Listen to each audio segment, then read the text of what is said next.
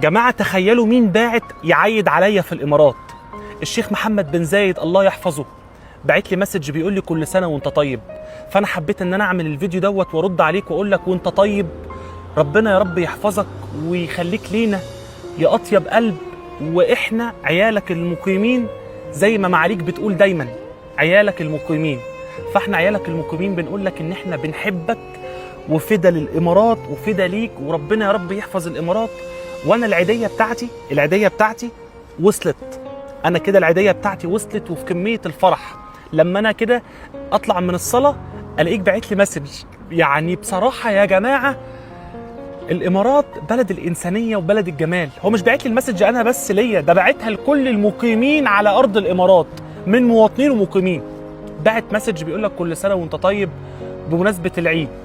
فوانت طيب ربنا يحفظك ويطول في عمرك ويديك الصحة، ونشوفك دايما كده يعني رافع راسنا.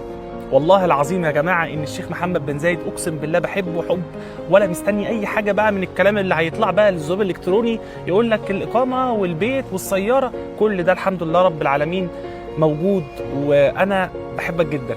فاتمنى يشوف الفيديو ده يا جماعة. السلام عليكم.